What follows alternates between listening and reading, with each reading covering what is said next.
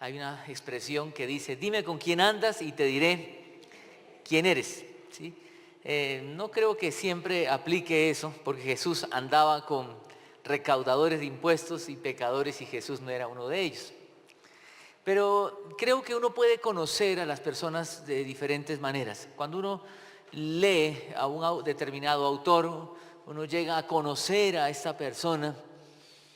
Y hay personas que desarrollan hasta afectos hacia determinado autor por la manera como escribe o cómo se identifican con ellos. Es decir, una persona se da a conocer de muchas maneras. También uno puede conocer a las personas por lo que canta, ¿cierto? ¿Qué canta? ¿Qué hay en el corazón? Cuando una persona comienza a cantar canciones tristes, melancólicas, uno dice, bueno, pues hay tristeza en el corazón. Uno puede conocer a las personas también aún por algo muy sencillo, por lo que escribe en el Facebook. ¿Se ha dado cuenta? Hay gente que en el Facebook pone a veces cosas duras y uno dice, uy, pobrecito, debe estar como amargado, algo, dolor en el corazón. Hay otros que ponen a veces corazoncitos, carita feliz, ping, carita feliz por acá, pum, cara feliz, un corazón por acá. Y uno dice, no, está enamorado, está feliz, está levitando, ¿cierto? ¿Qué pone? ¿Qué escribe? Creo que también uno puede conocer a las personas por cómo ora. Podríamos decir, dime por qué oras y te diré quién eres. Dime por qué oras y te diré quién eres. Ha conocido personas que, por ejemplo, todo el tiempo oran por el tema económico. Estamos orando por cualquier tema y, Señor, te pido que este negocio resulte, papito Dios, por favor, que este negocio, que se firme el contrato, ¿sí? Señor, te pido por el aumento. Señor, te pido por... Y siempre están pensando en plata. Ya empieza el curso de libertad financiera, por favor, ¿sí? Pero siempre están pensando en esto. Hay personas que a veces cuando oran se ponen sentimentales. ¿Conoce gente así? Se ponen, y se ponen, Señor. Ahora, por favor, no estoy criticando a nadie, no piensen que me estoy burlando, pero a veces me causa gracia que hay personas que cambian hasta de tono de hablar cuando oran. Vamos a orar, y están, sí, vamos a orar. Señor, te pido. Digo, me hagan a decirle, hable bien, que el Señor debe estar diciéndole lo mismo, ¿cierto? Hay otros que gritan cuando oran, Señor, yo te pido. El Señor no es sordo, tranquilo, ¿sí? El Señor nos escucha, el Señor lo que ve es el corazón. Hay personas que creen que porque gritan eso hay poder en su oración. No, tranquilo, tranquilo. El Señor lo que ve es nuestro corazón, cómo oramos. Y cómo oramos muestra lo que hay en el corazón. ¿Se ha dado cuenta que a veces somos tan egoístas que nuestras oraciones son siempre por nosotros? Señor, te pido por este día, bendíceme. Señor, te pido por mis hijos, por mi esposa o por mi esposo, te pido por mi mamá, te pido por... Señor, que hoy no vaya a pecar, Señor, que no sé... Y todo va en torno a nosotros. Somos unos egoístas. Aún en las oraciones somos egoístas. La oración refleja cómo oramos, cómo somos. Quiero que piensen esto. Porque cuando Pablo empieza esta carta, y vamos a empezar hoy a exponer el libro de Colosenses, que nos habla de la supremacía de Jesús, Jesús por encima de todo, y por eso lo hemos titulado Jesús dueño de todo. Y cuando Pablo empieza esta carta, vean, y se lo puse en el bosquejo si no tiene Biblia, vea lo que dice, lea conmigo la palabra de Dios. Dice, versículo 3, 1:3, ¿está conmigo? Dice, siempre que oramos por ustedes, ahí ya podemos detenernos. Dice siempre. ¿Qué es lo que Pablo siempre hacía?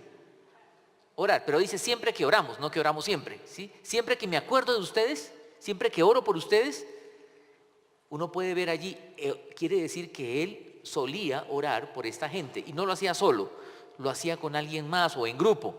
La carta en el saludo dice Pablo y Timoteo. Siempre que oramos por ustedes, dice, damos gracias. Siempre que oramos por ustedes, damos gracias. Creo que una característica de la oración de las personas que aman a Dios, de los hombres y mujeres de Dios, es dar gracias. ¿Se ha puesto a pensar lo difícil que es para nosotros dar gracias? Porque nuestras oraciones muchas veces son para pedir. Siempre que oramos es peticiones. Te pido, te pido, te pido, te pido, te pido. Y al final de pronto también decimos, te pido. Te pido, siempre es pedir. Me llama la atención que Pablo da gracias por las personas. Quiero que pensemos aquí cómo orar, cómo deberíamos orar. En la iglesia de Colosas había muchas necesidades, había gente enferma también, había personas con problemas económicos, de todo, como en cualquier comunidad. Pero Pablo lo primero que hace es dar gracias, no regañar ante la influencia de una herejía que se estaba metiendo en la iglesia, una herejía conocida, le decían la herejía colosense, que era una mezcla de filosofías y ceremonialismo judío que tenía que ver con guardar días y costumbres, pero estaba dañando a la iglesia y estaba menoscabando, demeritando la autoridad de Jesús. Por eso cuando él empieza dice: damos gracias a Dios, el Padre de nuestro Señor Jesucristo. Comienza a dejar claro quién es Jesús. Pero quiero que notemos, Pablo empieza agradeciendo. Ojalá nuestras oraciones estén llenas de gratitud. No pensando solo en lo malo, sino en lo bueno. Cuando usted ora por su cónyuge, ¿cómo ora? Hay personas que oran, si tiene un esposo descarriado, una mujer descarriada: Señor, te pido que se arrepienta de sus pecados del sinvergüenza este. Señor, que ore, que coja la Biblia, Señor. Se la pongo ahí en la mesa de noche y ni la mira, ¿sí? Dele gracias porque tiene esposo, tiene esposa. ¿No tiene motivos de gratitud por su esposo o esposa? ¿Cierto que sí? A veces oramos por nuestros hijos, porque a veces hijos descarriados, aunque eso no hay aquí en la compra, eso pasa en otros lugares, pero hijos descarriados, dice: Señor, te pido por mi hijo descarriado que por favor ore, que lea la Biblia, ¿sí? Empecemos dando gracias. Señor, gracias que tengo hijos, gracias que tengo hijos, gracias por la vida de estos hijos. Aprender a ser agradecidos. Cuando estamos orando por la iglesia, comenzamos: Señor, te pido para que esta iglesia, y dicen: esta iglesia, oiga, es mi iglesia, ¿sí? Oremos por la iglesia, por esto y esas necesidades. Cuando oramos por Colombia, muchas veces nos quejamos. ¿No hay motivos de gratitud al orar por Colombia? ¿Sí o no? Por supuesto, por favor. Llenarnos de gratitud. Señor, gracias por la tierra donde me has permitido vivir, servirte, estar. Señor, gracias. Ser agradecidos. Gratitud es la expresión de una persona que se da cuenta de la provisión y la dádiva de Dios. Dios, tú me has dado esto. Señor, tengo esto. Gracias. Ahora, una persona en la cárcel, por lo general, no ora así. Esto ya es contracultural, llama la atención. Una persona en la cárcel, ¿cómo oraría? ¿Cómo oraría usted en la cárcel? A ver, imagínese yo preso injustamente. Además que hay gente que cuando suceden cosas como estas, no faltan los dichos populares, ¿cierto? Si imagínese, alguien llega a estar preso, me meten preso, alguien diría por ahí: cuando el río suena es porque piedras trae. Algo habrá hecho el sinvergüenza. Pobre Pablo estaba preso injustamente por predicar el evangelio. Y una persona en esa condición, y Pablo no estaba en una cárcel dorada, estaba sufriendo, ¿cómo oraría una persona que está en un momento así? Diría: Señor, libérame, ¿o no? ¿Usted no oraría así? Señor, por favor, haz justicia y sácame de esta cárcel. Lo mismo que haríamos nosotros en una situación difícil. Usted pasando un momento difícil en el trabajo, en la familia, los muchachos pasando un momento difícil en la universidad, en el colegio, víctimas de bullying o no sé qué más, dirían: Señor, si yo hago las cosas bien, ¿por qué a mí? ¿No han escuchado ese tipo de expresiones? Que a veces va acompañada de otra que dice: estoy peleando con el Señor. ¿Por qué? Porque vea lo que me está pasando. Si yo estoy haciendo las cosas bien, ¿por qué me pasa esto? Yo voy a la iglesia, diezmo, ofrendo, oro, canto. ¿Qué más hago? Y vea cómo el Señor me paga. ¿Usted no cree que Pablo podía decir eso? ¿Cómo el Señor le paga a Pablo? Esta es una de las cartas llamada de la cautividad, junto con Filipenses, con Efesios, con Filemón. Yo creo que el Señor metió preso a Pablo para que escribiera, porque ese era un hombre muy inquieto, andaba viajando por aquí, por allá, por allá. Todo lo que nos pasa tiene un propósito. Y Pablo en la cárcel escribe estas cartas que son bendición para las iglesias de aquella época y para nosotros también y para todo tiempo. Y empieza lleno de gratitud, diciendo: gracias, Señor, y se convierte en un modelo para nosotros, enseñándonos que nuestras oraciones deben ser de gratitud. Y agradece, vea por lo que agradece, versículo 4, dice: pues hemos recibido noticias de su fe. O sea, le habían contado a Pablo, y luego vamos a ver quién fue el informante, o si quiere el sapo, ¿cierto? ¿Quién le contó eso a Pablo? Hemos recibido noticias de su fe en Cristo Jesús y del amor que tienen por todos los santos. Entonces ahí surge una pregunta. Pablo da gracias por dos aspectos. ¿Cuáles? La fe y ¿qué más? Y el amor. Esta gente había desarrollado amor hacia todos y fe. Esto es también algo contracultural. El ser humano no produce esto. Nosotros por naturaleza no amamos. Escúcheme con atención aquí, porque usted me dirá, no, ¿cómo así? Yo amo a mi mamá. Sí, ama a mamá, a su esposa, a su hijo, pero amamos siempre por algo. Amo a mi novia porque es mi novia y ella me ama, yo la amo y somos felices, ¿cierto? Amor, el amor en la Biblia, cuando habla de amor, habla de amar a aquel que es difícil de amar. Piense por un momento en una persona difícil de amar. Piense, no mire para ningún lado, solo piense. ¿Ya pensó? Dígame, amar a esa persona. Usted dice, uy, se me revuelve todo, ¿cierto? De pronto usted me dice, la amo, pero de lejitos, de lejitos. La Biblia nos enseña de amar al que es difícil de amar o amar al que no merece ser amado. Nosotros no merecemos ser amados por Dios, pero Dios nos ama. Y Dios quiere que amemos de esa manera, amar al que es difícil de amar o al que no merece ser amado. Por tanto, esto no es humanamente producible. El ser humano no sale de uno, es un milagro de Dios. Dios derrama su amor en nosotros y nos permite amar con su amor. Es un milagro de Dios. Igual la fe. Por naturaleza nosotros somos incrédulos, duros de corazón, nos cuesta creer, ¿o no? Uno lee la Biblia, por ejemplo, yo recuerdo recién conociendo a Jesús, siendo un muchacho, comencé a leer el Antiguo Testamento. Uno encuentra milagros en el Antiguo Testamento impresionantes en el desierto. ¿Se acuerdan? Cae pan del cielo, milagro. Luego agua de la roca, otro milagro. Codornices, más milagros. Y milagro tras milagro. Después de haber visto el mar abrirse en dos. Y uno ve que el pueblo duda. Y de una uno dice, ¿qué pueblo tan duro? ¿O no? Yo recuerdo cuando leía todas esas historias, decía, oye, esa gente que es dura de corazón. Y el que me enseñaba la Biblia estaba al lado y me decía, ¿y nosotros no seremos iguales? ¿Y no es verdad? Por naturaleza, el hombre, el ser humano, es incrédulo. Nos cuesta creer. Somos como Tomás, ver para creer. Y la vida cristiana es al revés, es creer para ver. Entonces, pensemos en esto, por favor. Pablo está agradeciendo por dos aspectos. Por la fe y por el amor, aspectos que humanamente el ser humano no puede producir, pero se producen, y vea el versículo que sigue, versículo 5, quiero que lea con detenimiento la Biblia y vea cómo uno puede observar aquí. Ese amor y esa fe, versículo 5 dice, ¿a causa de qué? Vale decir que ese amor y esa fe se producen, ¿quién lo produce? La esperanza. ¿Y qué dice de la esperanza? Esperanza reservada para ustedes en el cielo. Vale decir, la esperanza en lo que Dios nos ha prometido produce amor y fe. Ahora, cuando hablamos de esperanza, por favor, no estamos hablando de eso de ojalá suceda. Tengo la esperanza de tal o cual cosa. Estamos hablando de una certeza, de una seguridad que el Evangelio nos dice que nosotros tenemos una morada en el cielo. La esperanza de que el Señor viene por nosotros, de que vamos a vivir con Él por siempre. Esta esperanza de la que está hablando Pablo, siga leyendo conmigo, vea lo que dice, de esta esperanza reservada en el cielo, de esta esperanza ya han sabido, ¿por qué?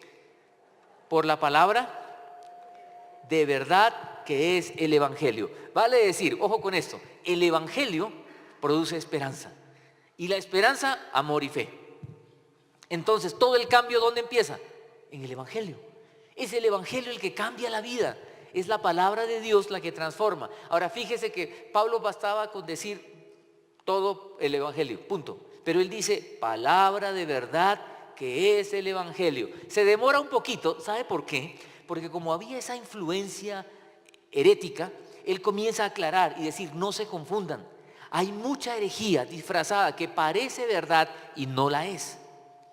Y les dice, tengan cuidado. Y es el mismo cuidado que tenemos que tener nosotros en este tiempo. Porque hay mucha enseñanza que parece bíblica, pero no lo es.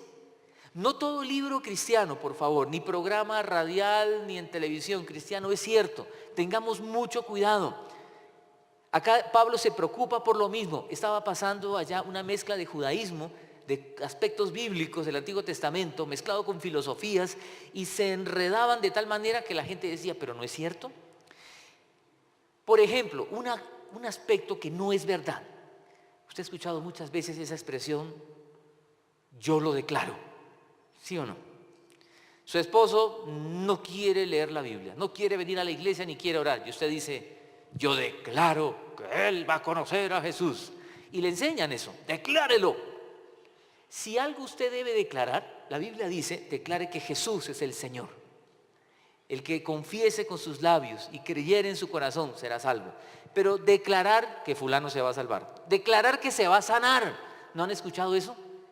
Mi papá está enfermo y le dicen, declare sanidad. ¿Quién dijo que yo tengo poder para declarar sanidad? Por favor. ¿Y saben qué dicen? Dicen que como Dios dijo, y dijo Dios en el Génesis capítulo 1, hágase tal cosa, y se hizo. Entonces, como soy imagen de Dios, yo también puedo decir, hágase tal. No, por favor, qué barbaridad tan espantosa. Nosotros tenemos influencia en las personas. Si usted a su hijo todo el tiempo le dice inútil, inútil, inútil, inútil, el muchacho crece, llega adolescente y se siente inútil. O una más sencilla, lo que hacen siempre los papás, ay, tú eres la niña más bella del mundo, mi princesa, la niña más bella del mundo. Eso no es verdad, para mí eres la mujer más bella del mundo. Pero crece y la niña y luego llega al colegio y es la niña más bella del mundo. Y cuando alguien le dice que hay una niña más bella, dice, no, mi papá me dijo que soy la más bella del mundo, ¿cierto? Y crece con esa idea de que es la más bella del mundo. Así como hay problemas de personas con problemas de autoestima que no sienten que tienen valor alguno, hay personas que tienen sobreestima, ¿cierto? La Biblia habla de tener la exacta medida de lo que soy. Entonces quiero que pensemos cómo la palabra puede tener influencia estigmatizando, acomplejando a las personas, pero que tenga poder para determinar una situación, no, por favor, yo no tengo que declarar nada, tengo que declarar el nombre del Señor. Y si alguien está enfermo, la Biblia dice, ore por sanidad por él.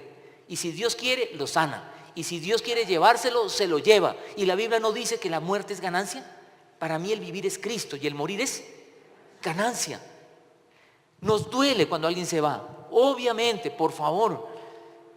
Yo me muero y me da dolor mi esposa sola y mis hijos huérfanos. Y yo la voy a pasar bien. No estamos diciendo masoquismo cristiano, ¿cierto? O cosas por el estilo. Estamos diciendo que es una perspectiva diferente de la vida. Ese egoísmo se convierte en amor y esa incredulidad en fe a causa de la esperanza por el Evangelio que es verdad. Y la verdad del Evangelio debemos tenerla clara porque me acerco a la palabra y la puedo estudiar y no dejarme llevar por tantas barbaridades que se enseñan. Hay una idea metafísica también que tiene que ver con que usted atrae todo lo que piensa. Entonces le dicen, no piense eso, no piense eso. Yo creo que no me van a contratar. No piense, ni lo diga ni lo piense, porque usted atrae lo que dice y lo que piensa. ¿Quién dijo eso? Eso es totalmente pagano e infernal, no es bíblico. No, lo que tengo que hacer, si el Señor quiere, me contratan. Si Dios quiere, estaré. Como dice Santiago, si el Señor quiere, iré. Si el Señor quiere, la niña me dice que sí. Si Dios quiere, no. Confiamos en la soberanía y en la voluntad de Dios. Por eso, qué importante que Pablo dice, por la palabra de verdad que es el Evangelio. Y ese Evangelio produce esperanza. Y la esperanza, fe y amor. Y la vida cambia. Si queremos que la familia cambie, queremos que la iglesia cambie, no tenemos que cogerla a golpes.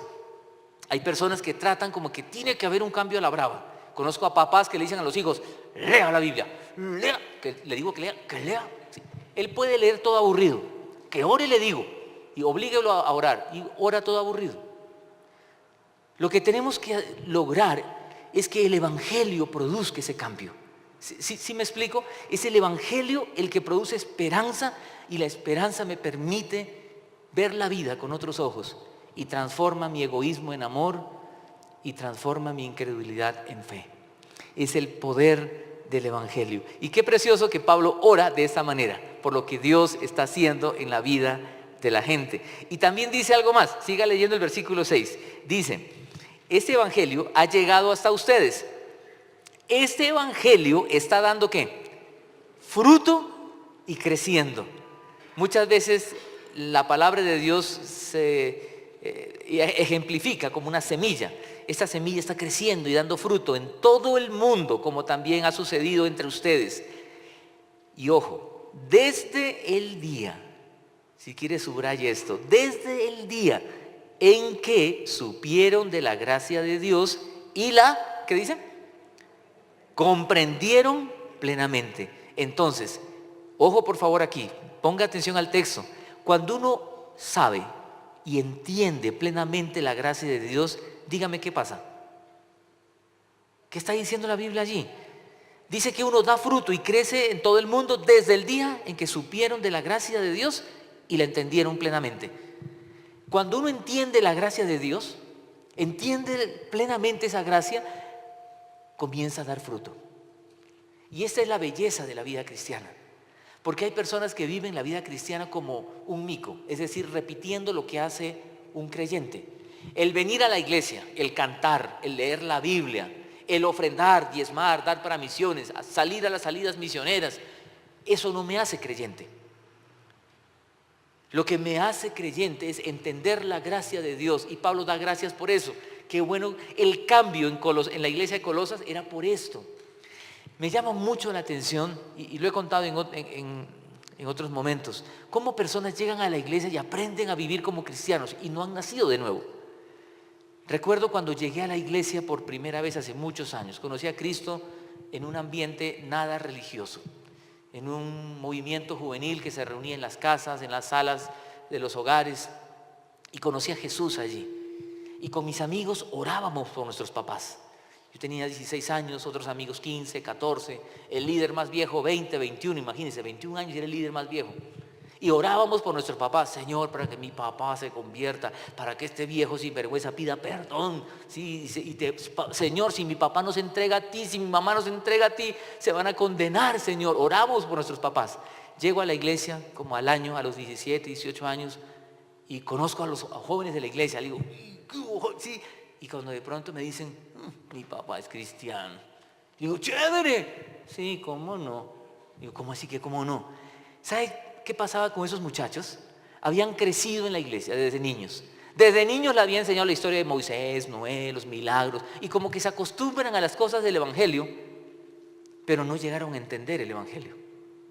Por eso que el cristianismo no es por herencia, no es porque usted es cristiano, su hijo es cristiano. Porque soy pastor, mi hijo va a ser pastor. No, porque soy misionero, mi hijo es cristiano. No, es responsabilidad de los padres enseñarle el evangelio a los hijos, pero ellos tienen que encontrarse con Jesús. Y hay muchos muchachos que vienen a la iglesia y están en la iglesia y están porque los papás los traen. Pero quiero decirle, muchachos, tú que me escuchas, tú necesitas entender el evangelio. Si tú no entiendes el evangelio, la palabra no va a crecer y no va a haber una revolución en tu vida. Eso es un milagro de Dios. Porque de lo contrario todo se vuelve tedioso, como el enfermo que le dan comida. Imagínense un enfermo que ha perdido el apetito y le dicen, coma, y a golpes. ¿Cómo comería? ¿Le ha pasado eso alguna vez? Que le dicen, coma, mi hijito, y usted no tiene ganas de comer. ¿Alguna vez le ha pasado eso? Nunca ha estado enfermo. Cuando uno está enfermo y pierde el apetito, le pueden poner el manjar enfrente y uno no quiere. Pero cuando usted está sano, ¿qué pasa? Devora. Así es la vida cristiana. Cuando una persona no tiene a Cristo o está enferma, no come. Es decir, no ora, no lee, no ha entendido el evangelio. Pero cuando ocurre el milagro del evangelio, comienza a devorar. Hace poco hablaba con un amigo y me decía, he perdido las ganas. Leo y no tengo ganas de leer. No tengo ganas de ir a la iglesia, no tengo ganas de nada. No tengo ganas. Está enfermo. Hace poco me escribió y me dijo, estuvimos hablando, orando, y hace poco me escribe y me dice, oiga, hoy sentí otra vez, y no estoy hablando solo de sentimientos, es el resultado de algo que pasa en el corazón. Hoy otra vez me levanté con ganas, me dijo, después de haber estado orando y pensando, y tengo unas ganas de orar. Ganas de leer la Biblia, nos vemos en la iglesia, qué alegría, qué emoción, eso lo produce el evangelio. ¿Sí me explico, por favor? Yo sé que usted alguno se levanta un domingo y dice, hoy hay que ir a la iglesia. Ojalá usted no venga así, por favor. ¿Sí? Toca ir a la iglesia, como el chiste de aquel hombre que le dice a la mujer, mi amor, hoy no quiero ir a la iglesia. ¿Por qué? No quiero ir a la iglesia, no tengo ganas. Y la mujer le dice, te voy a dar una razón de peso. ¿Cuál? Tú eres el pastor.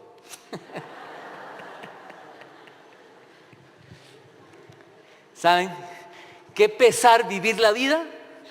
A control remoto, sí, como que toca leer, toca orar, toca ofrendar, toca servir. No, si eso le pasa, ahora en algún momento nos puede pasar, por favor, como también podemos perder el apetito por una enfermedad. ¿Qué es lo que hay que hacer? Lo mismo que cuando uno está enfermo. Vaya al médico, siga un tratamiento, pero recupérese pronto. No se quede enfermo ahí, tullido, estoy enfermo. No, toca hacer algo. No quiero quedarme enfermo, tengo que reaccionar frente a la vida. Así es la vida cristiana. Y acá dice, desde el día que ustedes oyeron y entendieron la gracia de Dios. Señor, hazme entender la gracia para que esto revolucione mi vida y yo quiera servirte, quiera ir. No me tienen que rogar para servir, no, yo quiero, está en mi corazón. Quiero venir a compartir la palabra, quiero venir a servir, a cantar. A veces los líderes de diferentes ministerios me dicen, pastor, dígales, ¿sí? Los de la alabanza me dicen, dígales que canten. Los de anfitriones, dígales que sirvan. Lo que les quiero decir es, entendamos la gracia de Dios. Vivamos el Evangelio, que el Evangelio sacuda mi vida y comencemos a servir. Y va a ver qué dicha que es servir, qué gozo que es servir. Y esto no depende de la edad. He visto líderes muy jóvenes. Y un detalle para los muchachos. Hay estadísticas que dicen, muchas, los líderes usados por el Señor poderosamente a lo largo de la historia han sido personas que conocieron a Jesús entre los 14 y los 17 años. ¿Se han puesto a pensar en eso? Ojo, entre los 14 y los 17. Por eso creo que tenemos que orar mucho por esa generación que conozca a Jesús de verdad, entendiendo el Evangelio, para que vengan aquí. Así su papá no quiera venir, papá, camine para la iglesia. Más bien él es el que empuja a la familia. Porque entendió la gracia de Dios. Ahora, por favor, los que conocieron a Cristo a los 30, 40, no se sientan mal. También Dios nos usa a todos. Lo que estoy explicando aquí es que hay estadísticas que dicen que en esa edad es donde ha habido mayor impacto. De tal manera que luego han sido usados por el Señor a lo largo de la vida. Pero Dios quiere usarnos a todos. Esa es la gracia del Evangelio, por favor. Y Pablo ora de esa manera. Gracias Dios por lo que el Evangelio está haciendo. Queremos que el Evangelio crezca en Colombia, crezca en nuestras familias, pero tenemos que orar dando gracias. Tenemos que orar pidiéndole que el Evangelio produzca eso en nuestros hijos, en nuestros jóvenes, en los niños, en nuestra familia extendida. ¿No les parece precioso esto? Un cambio por el Evangelio.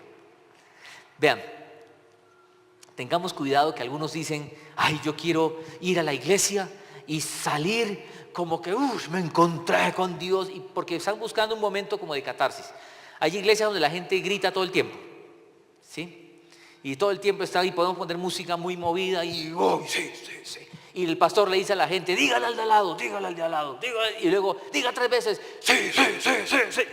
Y usted sale feliz de aquí, un momento de catarsis.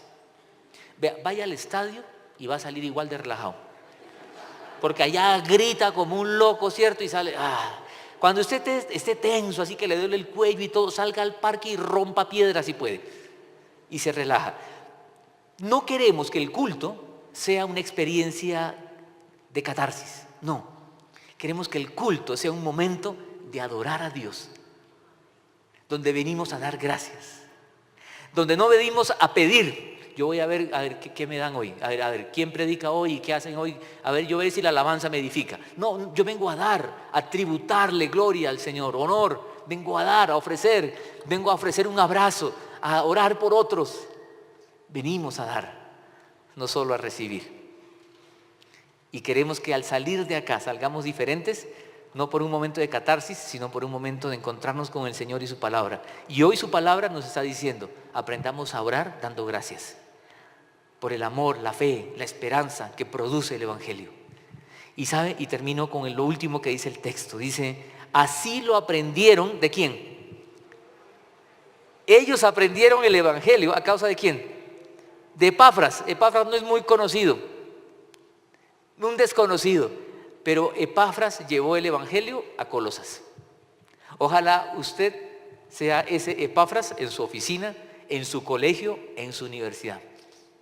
Un desconocido, Epafras. Él fue el instrumento para llevar la palabra de Dios a Colosas. Pablo nunca fue a Colosas. Él no fundó esa iglesia. Epafras fue usado por el Señor. Que el Señor nos use en diferentes lugares, porque donde Dios nos ha puesto es para servirle. Dice, y Epafras, vea cómo lo describe: nuestro querido colaborador y fiel servidor de Cristo para el bien de ustedes. Fue Él el que nos, ¿qué? O sea, Epafras fue el sapo. Epafras lo que hace es dar un reporte a su maestro Pablo y le dice: Pablo, en Colosas empezó una iglesia. El Señor me usó y allá está la gente. Hay muchas cosas buenas, amor, fe, esperanza, pero también hay falsas doctrinas metiéndose en la iglesia. Y Pablo escribe, emocionado y feliz por una nueva iglesia que está siguiendo a Jesús. Que nuestras oraciones sean así. Que en nuestras oraciones podamos orar por más Epafras también. Señor, levanta más personas, un desconocido, pero usado por el Señor, llenos de gratitud, y oremos porque el Evangelio produzca la obra que solo el Evangelio sabe producir. No está mal, por favor, orar por los enfermos, orar por la economía, orar. No está mal, por favor. Lo que estoy tratando de decir es que nuestras oraciones no pueden ser solamente a ese nivel. Pablo no está orando por eso. Pablo está orando por lo más importante, que el Evangelio sea entendido para que el Evangelio produzca un cambio de vida. ¿Sabe por qué? Porque cuando el Evangelio cambia la vida, puedo ver la crisis de una manera distinta, la enfermedad de una manera distinta, los problemas de una manera distinta. El poder del Evangelio en nosotros. Gracias a Dios por eso. ¿Por qué no oramos? Y oramos como vemos que Pablo oraba por los colosenses. Vamos a orar. Señor, enséñanos a orar llenos de gratitud. Señor, que como padres aprendamos a dar gracias por nuestros hijos. Que los hijos aprendan a dar gracias por sus padres. Que como familias podamos dar gracias por la iglesia y por la nación. Y Señor, y dar gracias porque tu palabra está creciendo en Colombia y en América Latina. Y queremos pedirte, Señor, que siga creciendo, que más personas puedan comprender la gracia del Evangelio, para que así tú puedas seguir levantando más hombres como Epafras, fieles, colaboradores, utilizados por ti. Señor, úsanos para que tu palabra siga corriendo. Que nuestras oraciones, Señor, sean por esto. Que nuestras oraciones sean cargadas de gratitud por lo que la palabra de Dios está haciendo. Y que queremos que siga corriendo. Señor, bendice cada familia aquí presente. Señor, oro por cada joven aquí presente también. Yo te pido para que nuestra juventud pueda entender el Evangelio, por tu gracia. Que el Evangelio, Señor, transforme sus corazones, para que el Evangelio comience a crecer y a dar fruto en ellos. Señor, líbranos de vivir un cristianismo por imitación, imitando o jugando a ser cristianos sin darnos cuenta. Queremos vivir prendidos por tu palabra. Queremos vivir sanos, para que en esa salud espiritual anhelar orar, anhelar leer tu palabra, anhelar cantar, anhelar servirte, disfrutar el servirte, Señor. Señor, que cada domingo sea un disfrute para nosotros, venir a adorarte, a exaltar tu nombre. Señor, que la gracia tuya sea totalmente entendida por nosotros, por favor, para que así nuestras oraciones también sean cargadas de gratitud. Señor, sigue obrando en nosotros. Obra ese milagro en nosotros, te lo pedimos, te lo rogamos, Señor.